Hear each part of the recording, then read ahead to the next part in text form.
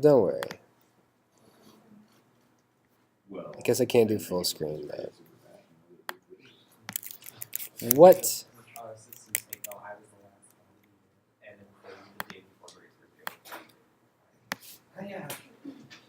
Don't mind me.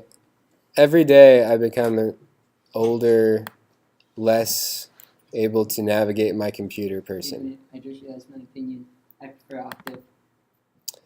Yeah, I can eliminate that one from the contest. Octave is just dying MATLAB, so it's like. Yeah, if you want to use Octave, that's fine. And it is essentially, it's a porting of MATLAB basic stuff. So if you use Octave, you'll be fine with the MATLAB version.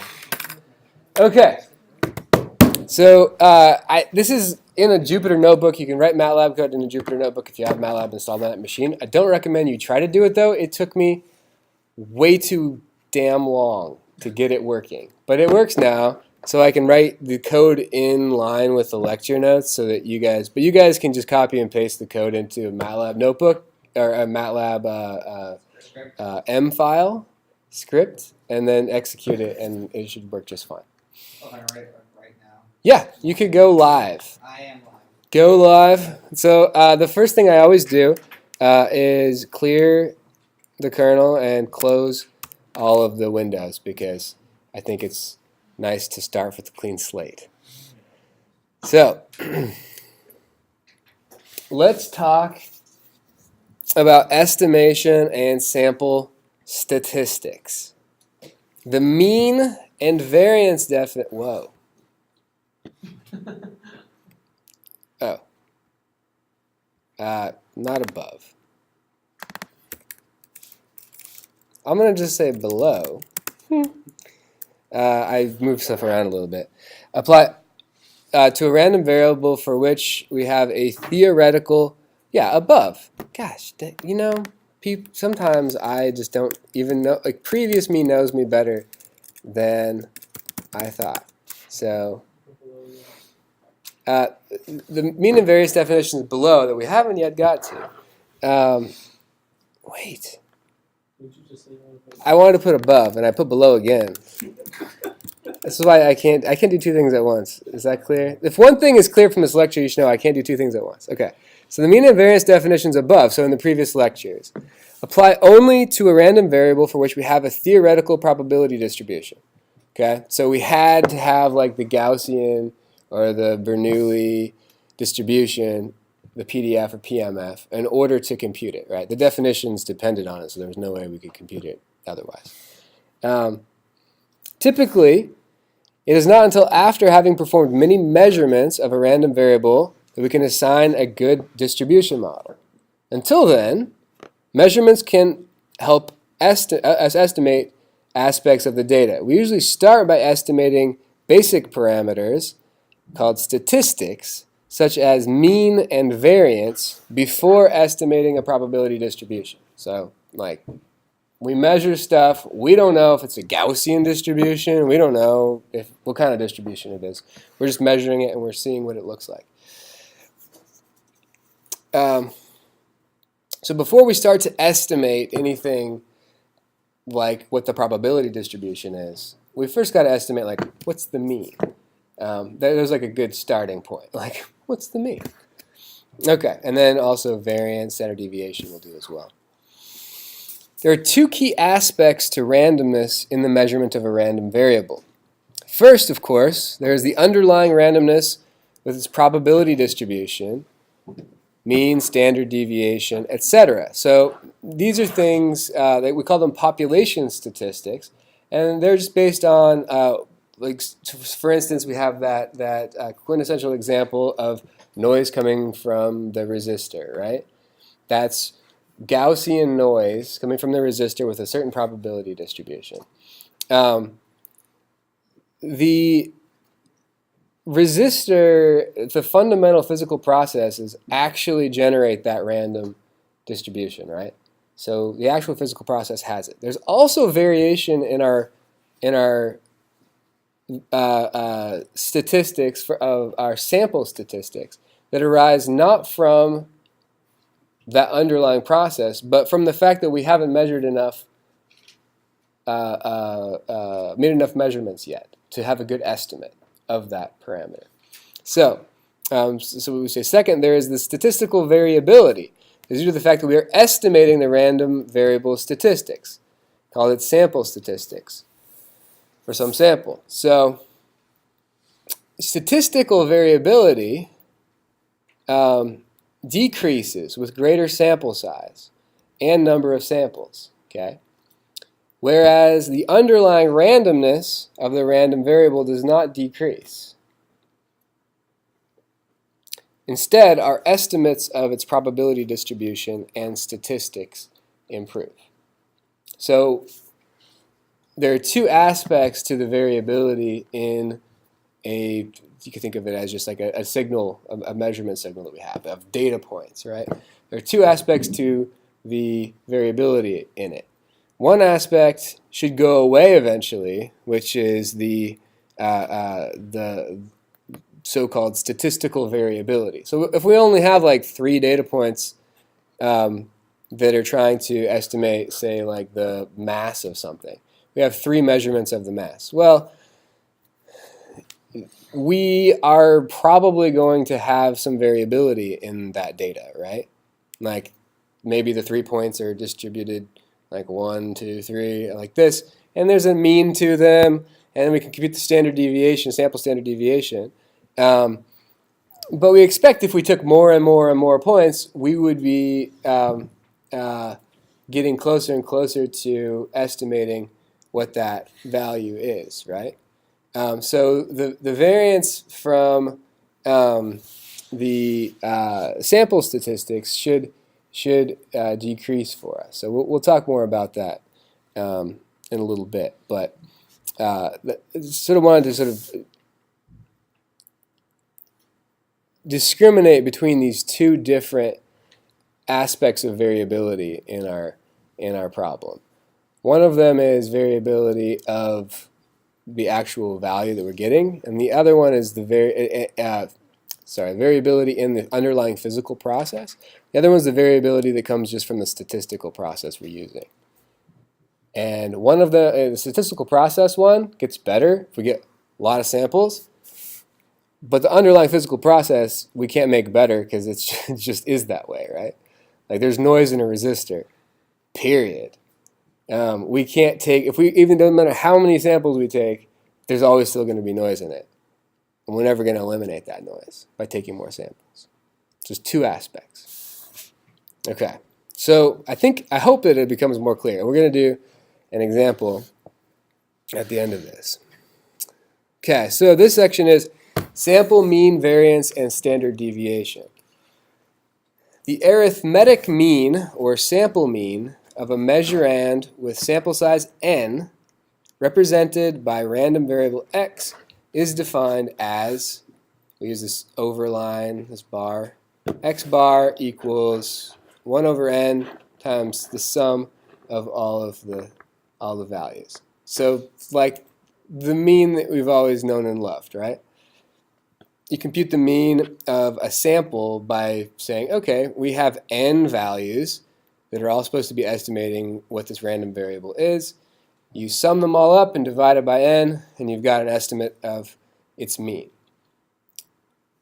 If the sample size is large, so if we have n being a large number, then the sample mean should approach the so-called population mean, so mu x. So mu x is the mean, the sort of theoretical mean, right?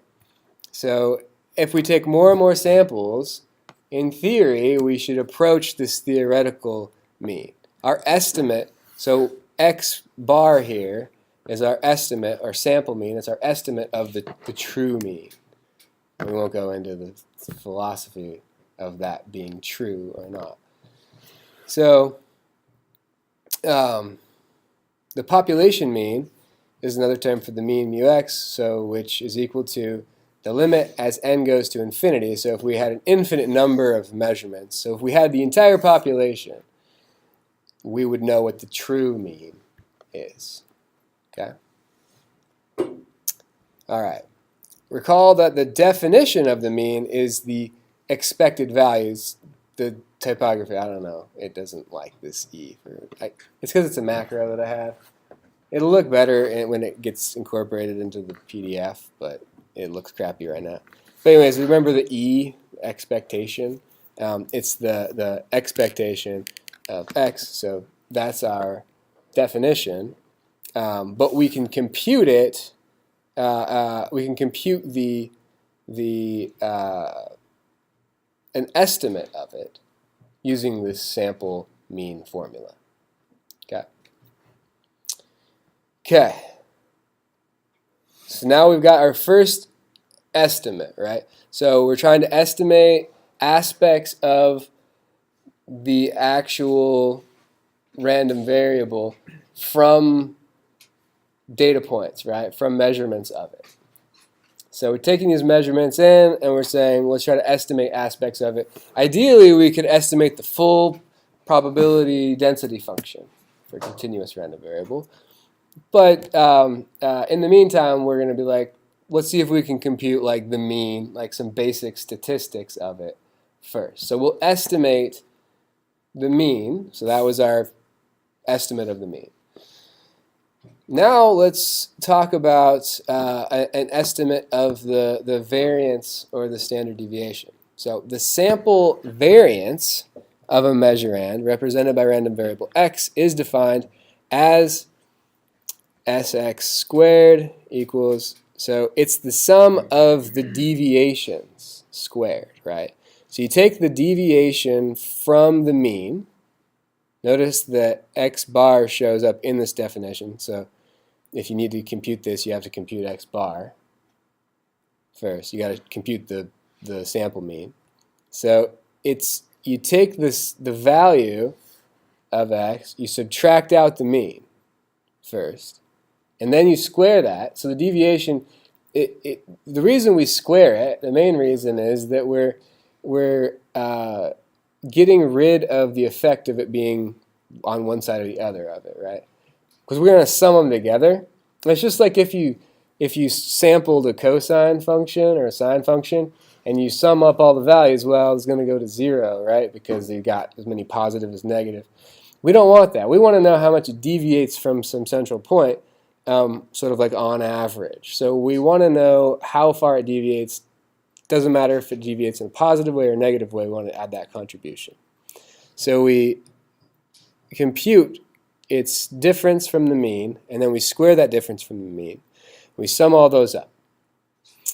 And we divide by n minus 1. There's kind of a fun discussion you can go into on why it's n minus 1 and not n. But it turns out that that if you use n, it's called a biased estimator, and you always have a biased estimate.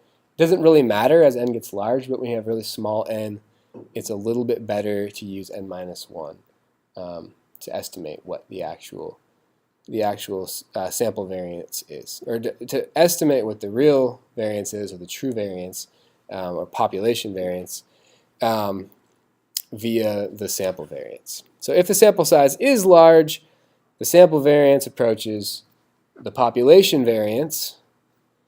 So the population variance is another term for the variance. It can be expressed as the sample variance taken to the limit that n goes to infinity. So if we took all the samples, so we actually had the whole population, then we must then have a full representation of the probability density function from which we can compute exactly what the standard deviation is. Okay. Recall, of course, that our standard deviation definition, or sorry, the variance of the definition of variance was the expectation of the difference between the random variable and its mean squared, right? That was our definition from last lecture. Okay, the sample standard deviation of a measurand represented by random variable x is defined as the square root of the sample variance. So, I know that one was not that hard to get get across. So if the sample size is large, then the sample variance approaches or sample standard deviation approaches the standard deviation, also known as the population standard deviation. And we can express the population standard deviation as the limit as your sample becomes infinitely large of the sample standard deviation. So kind of like the same thing like 3 times, but like different definitions, right? But all of them are estimates, right? So we have 3 different estimates of our 3 most commonly useful statistics, right? Mean, variance, and standard deviation. Okay. Sample statistics as random variables. So now, like I would say, most of us so far have seen all these definitions before. You probably, well, I know you guys have been computing means for a long time, right? Sample means. You probably thought that was the definition of a mean, and that is the sample mean. It's the sample definition. The sample definition. It's the sample mean. The standard deviation, I would suspect you've seen before in a class somewhere. Has everybody seen standard deviation at some point? I feel like it's a pretty common concept to introduce at lower level math. But it's a very useful concept, right? It's a measure of the spread of the data, right? And we talked about it last time. What is the standard deviation, like the spread of the values from the average? Yeah.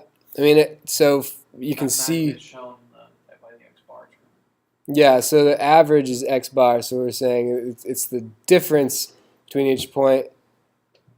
So we're summing a bunch of values, and those values are sort of the magnitude of the difference between each value and the mean. So it's like talking about like how spread out it is from the mean. So standard deviation, really useful. It gives us, so the statistic gives us a sort of intuitive understanding of this random variable, right? Like if the random variable has a large standard deviation, we're like, okay, well, it's swinging around wildly then, right? If it has a small standard deviation, it's not moving around very much. Okay. So now we're going to sort of take it up a level in, I guess, abstraction. And this is the part where people get confused, and when I say people, I include myself sometimes. Like I sometimes get confused on these concepts because they're very poorly described almost everywhere. I could not find a good description of this section in any book that I looked at. I looked in like 4. I couldn't find a good one. So, and I looked in the whole World Wide Web. Still didn't find a good one. So I'll try to explain. I looked at the whole thing. Yeah, Stuart didn't give all of the non-dark web. Okay, just the light web. I didn't know that the dark web went into sample statistics. You'd be surprised. All right. Once you get past all like the really like awful means, then they actually do have good discussions about statistics. The very dark, the deep, deep dark web. Yes. This is like dungeon level 100. Yeah.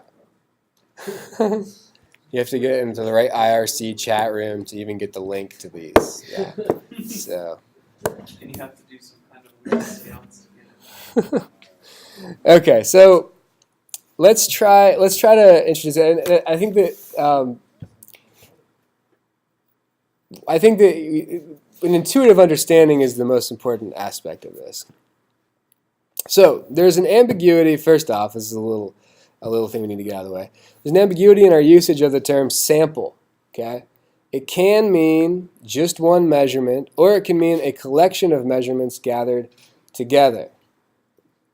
So hopefully it is clear from context. We talk about like the sample rate, and we talk about a sample, and often what we mean is like one data point, right? One measurement. But also we talk about sample to mean like a collection of measurements, and we use them both. So I want to be clear that we are talking about when I say in just a moment, when I talk about multiple samples, I don't mean multiple measurements, multiple data points. I actually mean multiple collections of data points. Okay, I know it's a little ambiguous, but we'll try to keep it straight.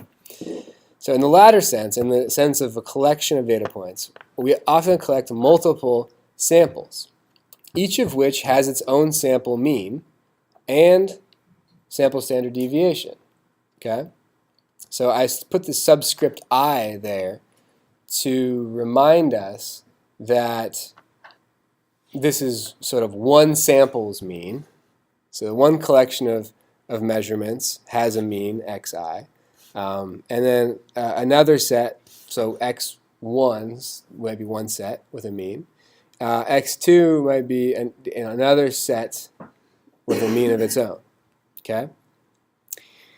In this situation, xi and xi are themselves random variables. So the mean and standard deviation are themselves random variables, which I know is meta as fuck. It's just that way. So I meant to say meta AF, but I said it. Oops. Okay. This means they have their own sample mean. Let's go back and censor it. Yeah. Burp. Just cut that part out. I don't have time. It's going to go on the internet. Okay. So. Careful, YouTube might demonetize you. Oh, I'm not monetized. Don't worry. I'm not monetized. The mean has its own mean. So you see how there's a double bar over this. So the mean of each sample, so you have, think of like, as you have like a bunch of bins here. Each of them is a collection of measurements. So each one is a sample, right? So each bin has a mean of its own. And then you could take the mean of those bin means. The mean. Yeah. And you could also take the mean of the sample standard deviation, right? Of all of those standard deviations. So each bin has its own standard deviation. You could take the mean of those. Okay? And you could take the standard deviation of the means, right? Because each mean is a random variable too. So if mean is a random variable, then you can take the standard deviation of those. They vary. And you could take the standard deviation of the standard deviations. Which leads to this, which there are not many times where I will write a triple subscript, but I did it here. I drink the Isn't it four? Well, I mean, there's three subscripts, right? There's the original, and then there's S, X, I. Yeah.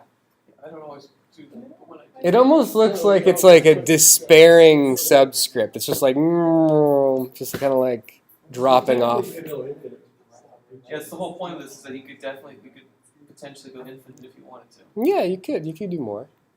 I would come up with a new notation if you had to go more subscripts, though. Okay. I don't really love this notation, but it's pretty standard, so I try not to mess with it. Okay. So let's take each one of these in turn. So there's four possibilities, right?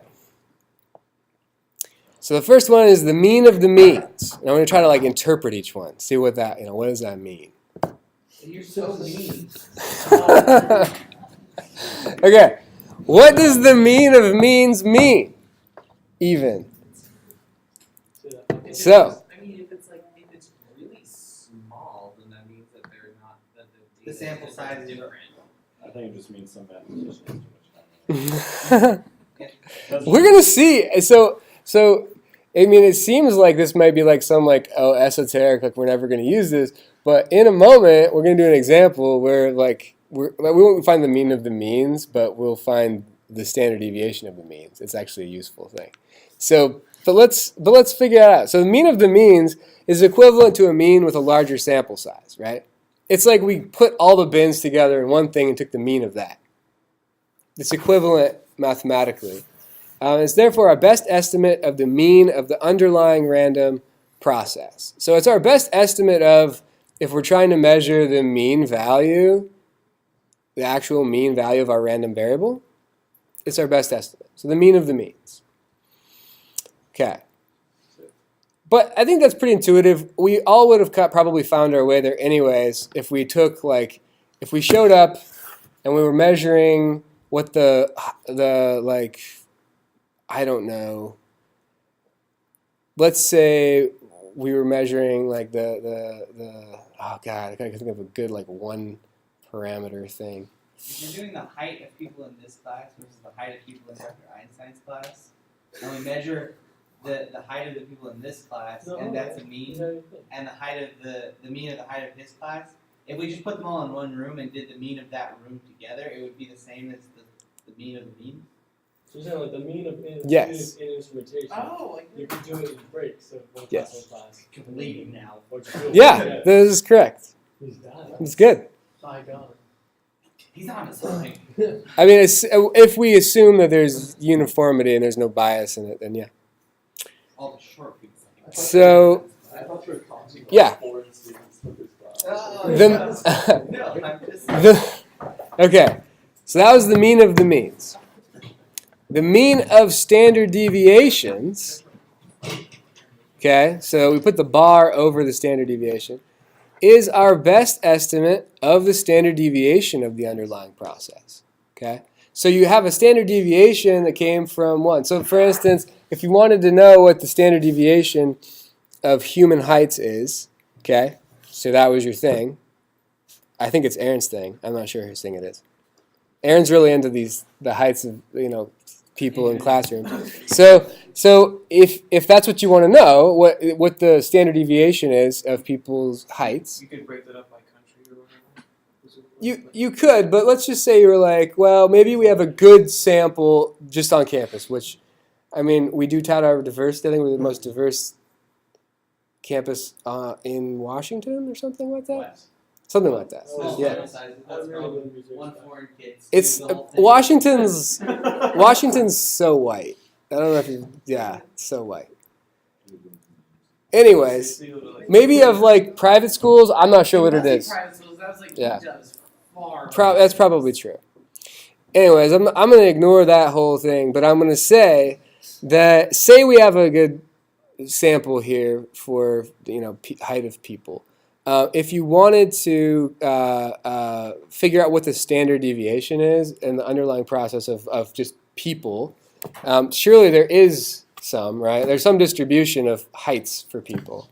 If you wanted to estimate that process, the best estimate of that process would be to like sample like a classroom like this, find the standard deviation in this classroom, find the standard deviation in Dr. Einstein's classroom, find the standard deviation in everybody else's classroom, and then take the mean of those standard deviations. That's our best estimate of the standard deviation. Yeah. Wasn't that how polling and surveys work on the national level?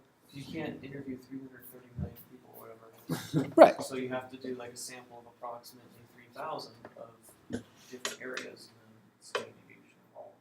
Totally. And also, Totally. doesn't that have to do with the distribution of the actual data itself? Because if it was a bell curve, then isn't there like a threshold of like 60% of the data is the first standard deviation way, second standard deviation way is 80, and then 90 is in the third. Right. So hopefully what we would see emerge from that is we would see a clear standard deviation would emerge. The shape of the curve, we could also average that out too. I don't have that in the discussion today, but you can take the mean of the distribution as well and get a closer and closer approximation of it. So it might be a bell curve. So it might be a Gaussian. So there's a theorem that we'll talk about in a couple lectures, and I don't want to get into it now because we don't have time. But the idea, though, is that all distributions, if you take a large enough sample, tend towards Gaussian. So we'll talk about that later. But yeah, so that is the idea of the standard deviation, the mean of standard deviations. It's our best estimate of the standard deviation of the underlying process. Okay. The standard deviation of the means, so we take the means as our random variable and we say, what is the standard deviation of those means? is a measure of the spread in our estimates of the mean. Okay? It is our best estimate of the standard deviation of the statistical variation, and therefore should tend to 0 as sample size and sample number increases. So we should see, as we take more and more, so if each bin has more and more samples in it, then we should see this get smaller and smaller. Essentially, this is the part that gets smaller as you take more and more data. It gets the variation you see should then just be variation that comes from the underlying process. So this is the part that goes away, I guess. So as you take more and more data, this is the error bar that shrinks. This is the standard deviation of the means is the one that shrinks, whereas the standard deviation is, holds to whatever the probability distribution that underlies the process has. And we're going to actually plot both and kind of compare them in the example. And then finally, there's a standard deviation of standard deviations, and it's a measure of the spread and our estimates of a standard deviation in the underlying process. It should also tend to 0 as sample size and number of samples increases. I've actually never seen a person talk about the standard deviation to the standard deviation before, but there's a fourth quadrant to this, so I thought it would be worth mentioning. All right, so let n be the size. So the three most common are the first three: the mean of the means, the standard deviation of the means, and then the mean of the standard deviation. Those are the three that are most interesting to us. Most useful, yeah, most commonly presented. So when you're interpreting something that's statistical, you can say, oh, okay, I recognize that. They also sometimes call this the standard deviation of the means is sometimes called the standard error. There are like 5 names for everything, but that's another name for the standard deviation of the means. I figured that out after physics. Oh, yeah? That every Greek letter has at least 3 different. Oh, yeah. Totally. Okay, so let n be the size of each sample.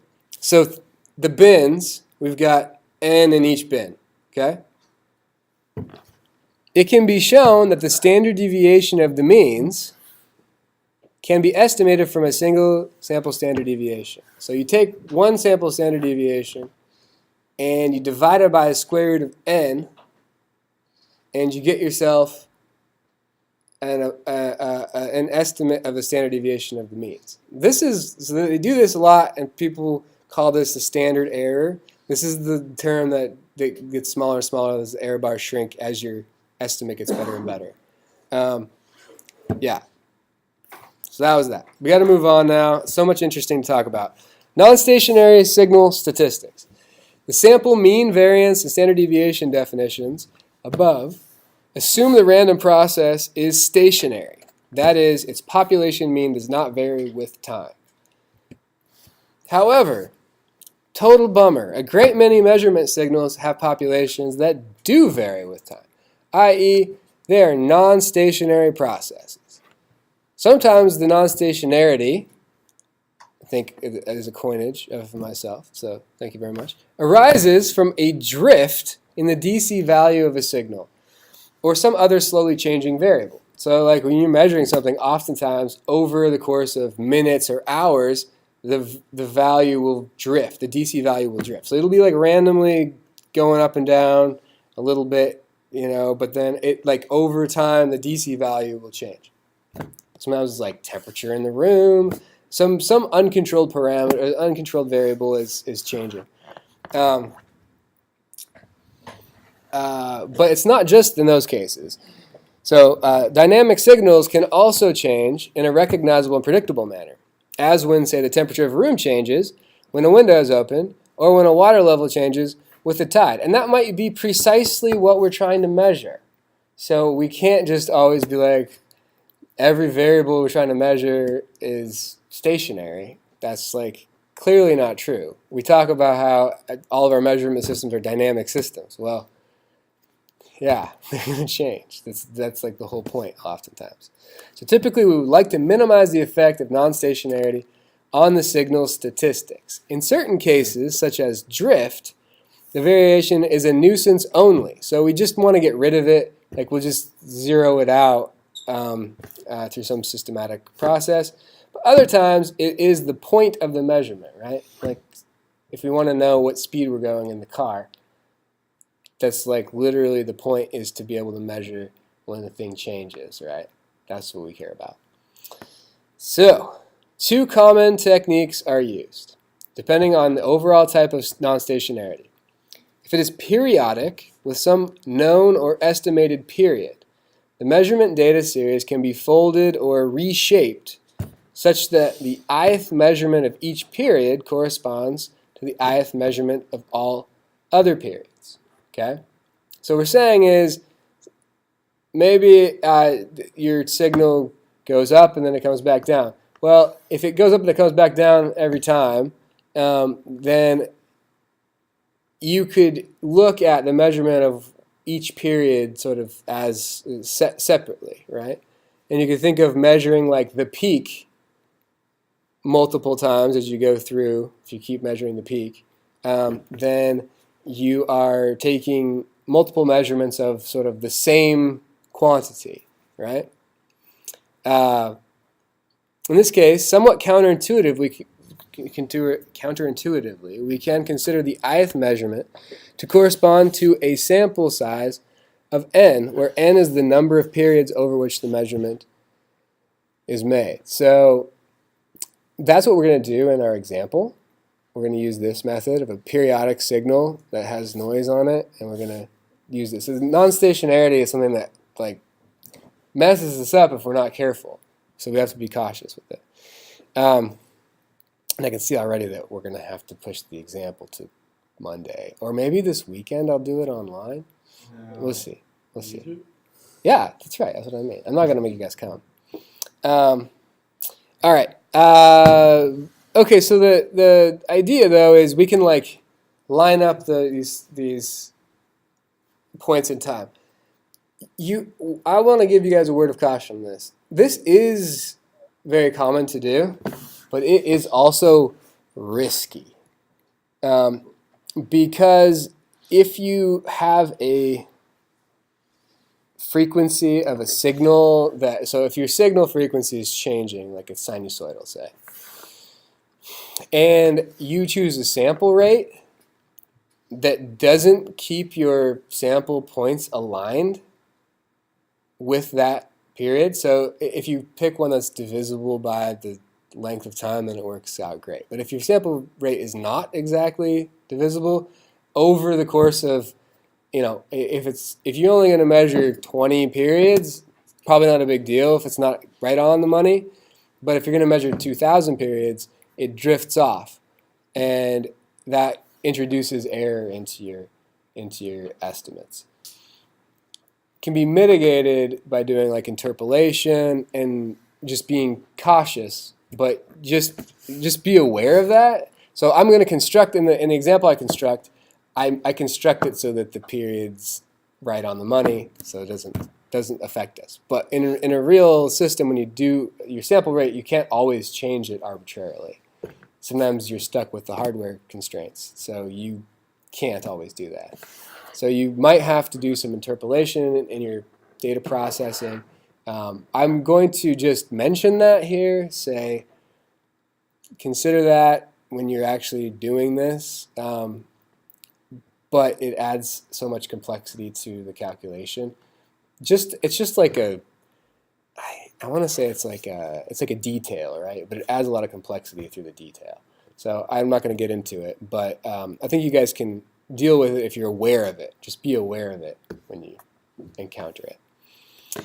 Okay, when the signal is aperiodic, okay, so we can't just like think of, oh, it's going to come back to the same spot, we can measure it again, come back to the same spot, we can measure it again.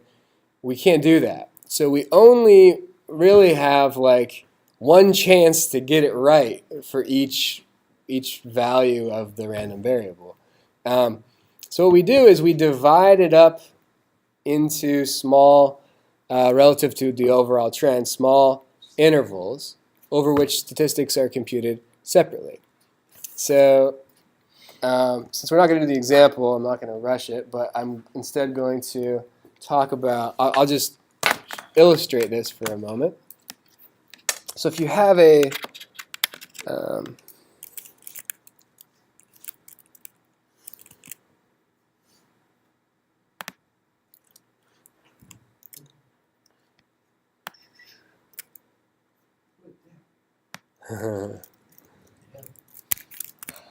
I know what it is, but I don't want to know. all right. So for instance, It's mechatronics. that was mechatronics, yeah. It looks like a spring. So if you have a like a noisy signal that's doing that, let's say, that's a noisy signal. Where this is your random variable, the measurements of it, and this is time. And you want to take measurements of this. You want to know something like, okay, like what's a good value for me to assign to this thing? I mean, maybe you've got a very dense number of points here. Maybe you've got like 1,000 points in that interval. But it's super fuzzy, right? It's just like very noisy. You feel like you could come up with a better value for this curve. Like you could average it somehow, even though the average is kind of moving, right? So there are different approaches. There are like moving average things. There are smoothing filters. You can run this through a dynamic system with a filter on it, like an RC circuit sort of thing where it would filter it digitally. There are all kinds of things you can do. But one approach is it's pretty simple. You just choose an interval over which it's not changing much relative to this long trend. Say like this one. And you say, let's compute the statistics in there. Let's compute the mean. So the mean comes out to be like some value like that in that interval. And then interval up here, the mean would come out to be that. Ooh, not that. Come out to be that, right? You just like choose these intervals. You compute the mean for that interval, and then you compute the standard deviation for that interval. And the standard deviation, as long as this trend is not moving quickly compared to your sample rate, then it's a pretty good estimate. Okay. So then your standard deviation, assuming you have an underlying random process that's not changing over this period, it's just some deterministic thing is happening to it. The random process isn't changing. So you can say that, oh, your estimate of the variance, you can actually use the standard deviation computed in this interval. So standard deviation is this sort of like vertical variation, right? So the standard deviation from this interval should be similar to the standard deviation in this interval, right? Which should be similar to the standard deviation in this interval. And in fact, these are all estimates of the standard deviation.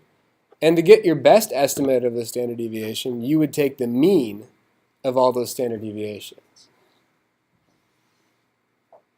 And that would be your best estimate of the mean, of the standard deviation, I should say. Okay? It's a lot of means. Mean of means, mean of standard deviation, standard deviation of means, standard deviation of standard deviation. Okay. Next time we're going to do an example, and it's pretty fun. I think that you guys will like it. It's